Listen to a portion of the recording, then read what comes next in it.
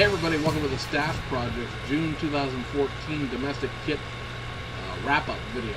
We're going to cover here are the 7 kits that Revell and Round 2 combined released last month now, because it's actually July now. There was nothing from Mobius, so there's not going to be anything to talk about there, but there were 4 kits by Revell and 3 kits by Round 2, covering pretty much every gamut of automotive kit building, from large truck to old import to the newest pony car, and sort of a little bit of everything in between. A couple of modified reissues. Of course, everything Round 2 did was a reissue because there aren't any tools. But it was sort of an interesting month depending on what you're into, especially if you're into drag vehicles. We're going to start at Revell first. Revell put out 4 kits, as we stated, and they certainly started out with an interesting choice. This is a 2015 Mustang. This kit is the snap and build and play kit that they were giving out at the Chicago International Auto Show and a couple of the other things. Now they're giving them away pretty much everywhere at Revell Make and Takes. They're available at your local hobby shop now also, somewhere in the $10 to $12, maybe $14 range, depending on if your guys price at retail or if they're doing a little discounting. It is 7 parts. It pretty much comes all assembled. The wheels are already on the axles. There's like 2 pieces to the interior. Everything in the body's already there. The windows are already installed. Everything like that. You know, it's the first 2015 kit. It was actually out before the car was announced, because the car came out at the Detroit Auto Show with the kit. For anybody who paid like $50, $60, $80, $100 for the free kits they gave out at the auto shows, and now feel kind of stupid because here's a kit you can buy for 13 bucks. It won't have the auto show emblem on the bottom, but some of the people you really running around going, oh, look at this car I picked up for my 6-year-old, and I stole it and took it. Anyway, that's available. No word yet on a full glue kit. It doesn't really look like all that much of it will be interchangeable, just based on the way the tooling looks like it's set up.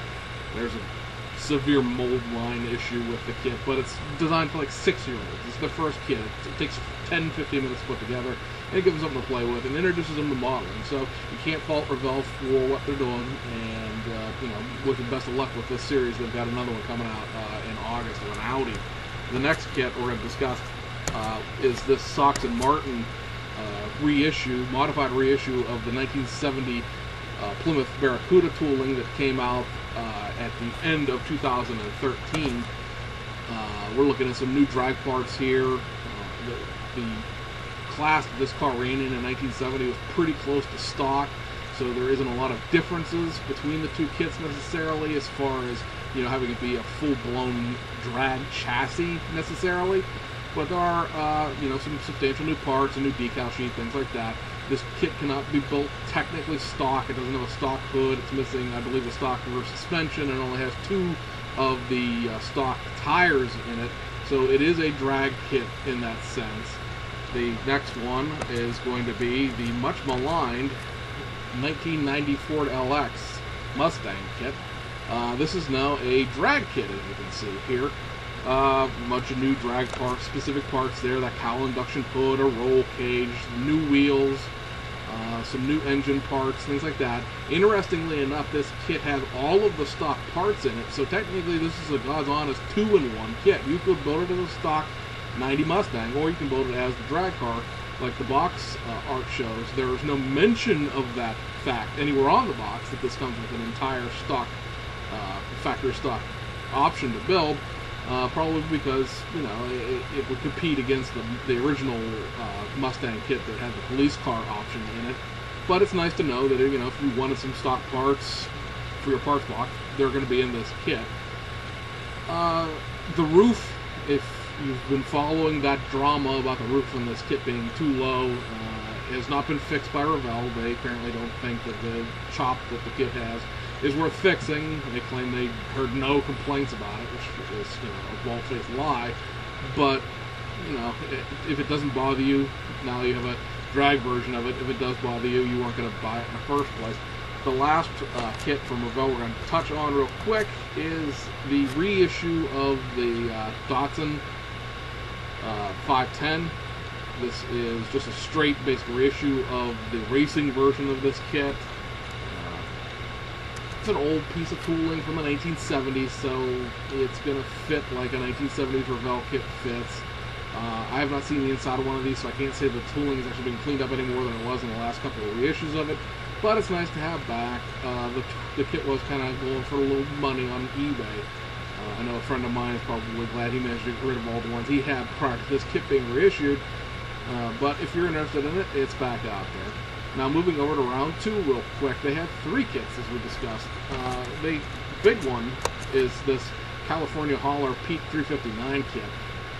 You may not be into big trucks, and that's fine, but for those of us who do build some trucks here and there, or truck modelers in general, this is a great reissue. The kit was last seen in 1974. It was believed that the tooling had been destroyed for it. Turned out that most of the chassis, interior, and a lot of the trim pieces were actually just welded off gates on the subsequent Peterbilt 352 cabover kit that came out right after this kit. It was reissued once in 1974. The kit was going well into the triple digits for a sealed kit, so having one back at like $39, $45, much cheaper, obviously. John Mueller apparently went through the warehouse. He found all the body parts of the kit.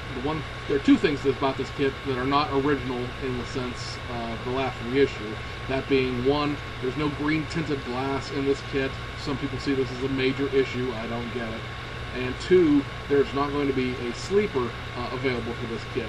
When it originally was issued back in the late 60s, there was actually a little insert you could mail to AMT, and they would mail you a little, I think it would probably be about a 6 to 8 piece sleeper kit that would fit on the back, because the kit, as you saw in the picture, is a day cab. Now, the Mercury Meteor, but that's not technically what they are. The Meteor sleepers that were on the back of, say, like the Diamond Rio kit and other kits will fit this kit with some modifications. So if you want to put a sleeper on, there are options out there do exist for it. But no, going in, there is no sleeper option for this kit. It's, just a little piece of kit history there. I mean, it was the start of an entire, almost generation of truck kits that came out in the late 60s through late 70s from AMT when they were based in Troy. Once they got bought out and left Troy, things sort of petered off, and there wasn't anything that came out again until they put out that Kenworth in the early 90s. So, I'm happy to have it back. It is a kit that I will probably pick up. I've noticed that both the kit review I saw online and the one I could find at my local hobby shop, both the boxes were crushed. Now, I don't believe they were crushed in a way that would damage the kit, but it seems like they're really packing them in to transport them, and it's causing the top and the bottom of the boxes to cave in, because the boxes are kind of a weird oblong shape that are bigger than the original kit, and probably bigger than like the Ford car hauler kit that they reissued and things like that. It'll look really good pulling the vintage, back this way, the vintage AMT car hauler kit that I have that I've been constantly wondering what I should do with. So that's probably would end up what it's going to do. I'm losing my tongue here, so let's cover the last 2 real quick. I'm not sure this kit actually really came out. I'm not a drag guy, so I don't know a lot about this kit. I do know that it'll have the Tampa printed drag radials, the drag slicks that the Round 2 kits have been coming out with lately. The information on Round 2's website says something about a redesigned decal sheet, expanded graphics. I really don't know anything about this kit beyond what I'm showing you a picture of. It's a 1965 Mustang funny car.